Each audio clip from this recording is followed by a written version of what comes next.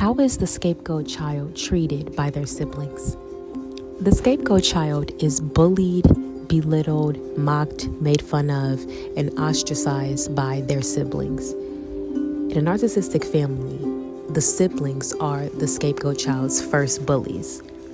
They make fun of their scapegoat sibling for whenever they express themselves authentically. They pretty much bully them for any way that they like to express themselves, to a point where it damages the scapegoat's self-esteem, because anytime they show up authentically, they are ridiculed.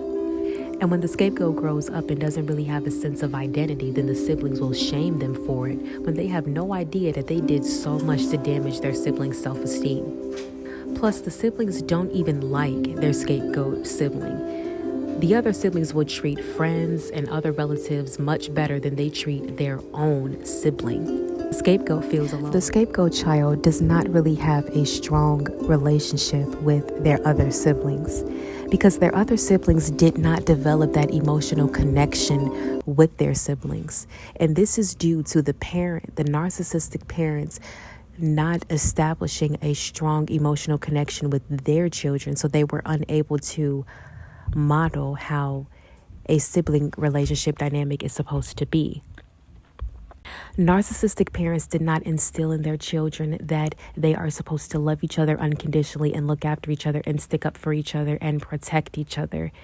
They never taught their children that their siblings are all they have.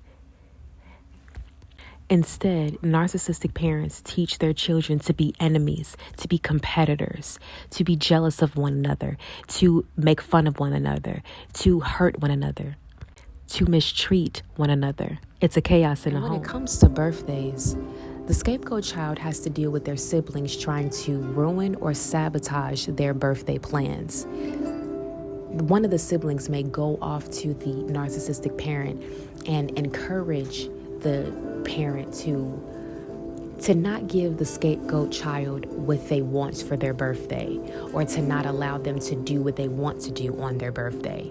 Like, for example, if the scapegoat child wanted to have a party, one of the siblings could go to the narcissistic parent and try to convince the parent to not allow that scapegoat child to have that party. And in some cases, the sibling is successful, because what they'll do is they'll feed the narcissistic parent a bunch of excuses and lies, trying to get them to agree on an outcome, which is the scapegoat child does not deserve to have good things on their birthday. Ruining someone's birthday is a severe form of emotional abuse. The scapegoat child was deprived of having a normal sibling family dynamic. The scapegoat child did not have a genuine, pure, loving relationship with their other siblings. They had a group of people that were bullies, abusers. They had sisters that were mean girls and would barely defend them and stick up for them, sisters that were envious of them. They would have brothers that would not protect them, would not guide them, would not help them in their time of need. The siblings basically treated the scapegoat child like they were an outsider, like they were an orphan, like they were the adopted child, like they were the stepchild, like they were an enemy. There is little love that is there, and the scapegoat child feels a lot of hatred and evilness coming from their siblings because they are cold-hearted and cruel. The scapegoat child longs to have a healthy, loving relationship with their siblings, to get along with their siblings, but they did not get that. Narcissistic siblings have very little love for their scapegoat sibling. They also barely even like their scapegoat sibling. They barely even like their scapegoat sibling. They may strongly dislike them or just downright despise them. And they will make this known by how horrible they treat their scapegoat sibling. What is preventing the narcissistic siblings from having a loving, healthy relationship with their scapegoat sibling is a few of the 7 deadly sins: pride, envy, wrath, and greed. They have a lot of envy.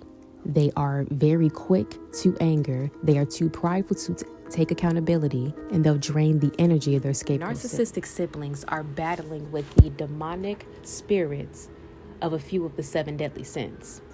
One of those is the spirit of envy.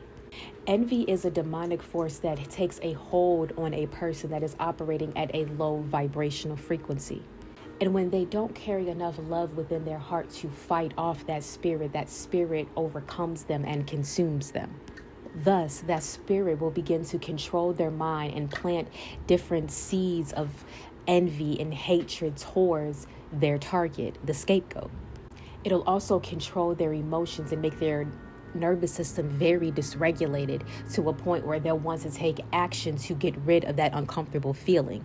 Hence, why they take action against you due to envy. That demonic spirit encourages them to do wrong, to do evil to another person. And they'll come against you even if you are their own sibling. Narcissistic siblings battle with the spirit of pride, which is the demonic force. There is good pride and bad pride. However, they deal with bad pride. The spirit of pride will make a narcissistic sibling feel superior to their scapegoat sibling, feel as if the scapegoat child is inferior or beneath them, and that they are entitled to treat this sibling any old kind of way. They are allowed to take advantage of this sibling, draining them of their energy without reciprocating. They also feel entitled to treat and speak to the scapegoat sibling any way they please, but the scapegoat child is not allowed to defend themselves or talk back to them. The spirit of pride also keeps them from taking accountability for what they have done or holding themselves responsible because they do not see anything wrong in their actions. Narcissistic siblings deal with the spirit of wrath.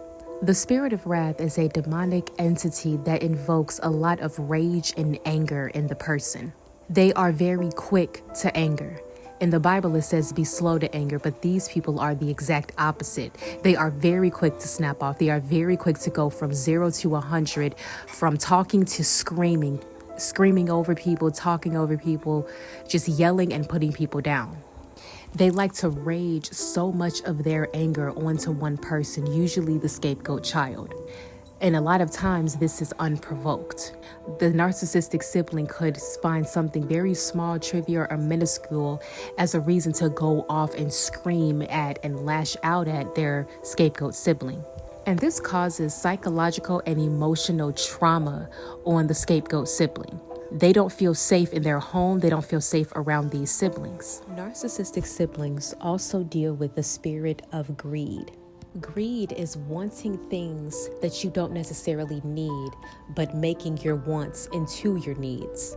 Also feeling entitled to receive what you want. And by getting what you want by any means necessary, even if that means stepping on someone else.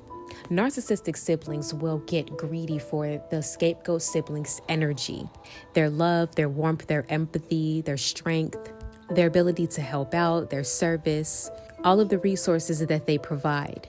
The siblings will drain their scapegoat sibling of all of their good energy while barely reciprocating the same energy, and at the same time, they are abusing, bullying, and belittling their sibling, making the sibling feel worthless, while the sibling is helping them do things for them. The scapegoat child takes the weight off of their family's shoulders while they are unappreciated.